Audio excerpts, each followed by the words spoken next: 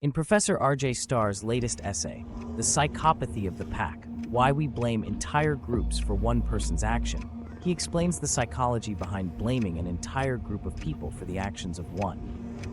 Imagine a single misdeed instantly morphing into a verdict on millions. One act, an error, a betrayal, a violent moment is stretched into an indictment of an entire community. We see a person failing, and suddenly their identity dissolves into a hateful stereotype. The mind clings to shortcuts, choosing the ease of group blame over the complexity of individual truth. Cognitive biases rear their head. Attribution error and the availability heuristic drive us to latch on to that one dramatic instance, while confirmation bias reinforces these false beliefs. The more sensational the act, the more our minds ignore countless untold stories of decency.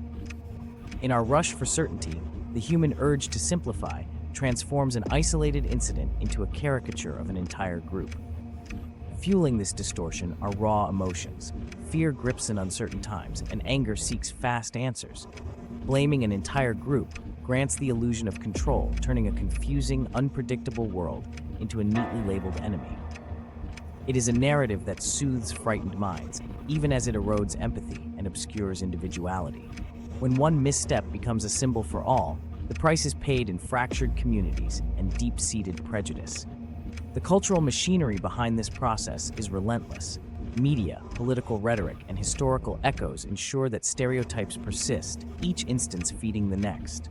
A headline that points to group identity, a political speech that magnifies one incident each, reinforces a cycle of exclusion and cruelty. The tragic cost? The collapse of empathy. We begin to see people not as individuals with unique stories, but as faceless members of a group, undeserving of the nuance that makes us human. Yet, there is hope. By resisting the lure of quick generalizations, we can reclaim the discipline of individuation, recognizing each person for their own choices, rather than as a mere statistic. Critical awareness is our antidote to bias, urging us to question the narratives that seek to divide. Every refusal to generalize is a step toward a more compassionate society. The time has come to reject the corrosive habit of group blame. Look beyond the headline, beyond the caricature. Demand integrity in thought as you do in action. Read the full essay in the link in the video description below.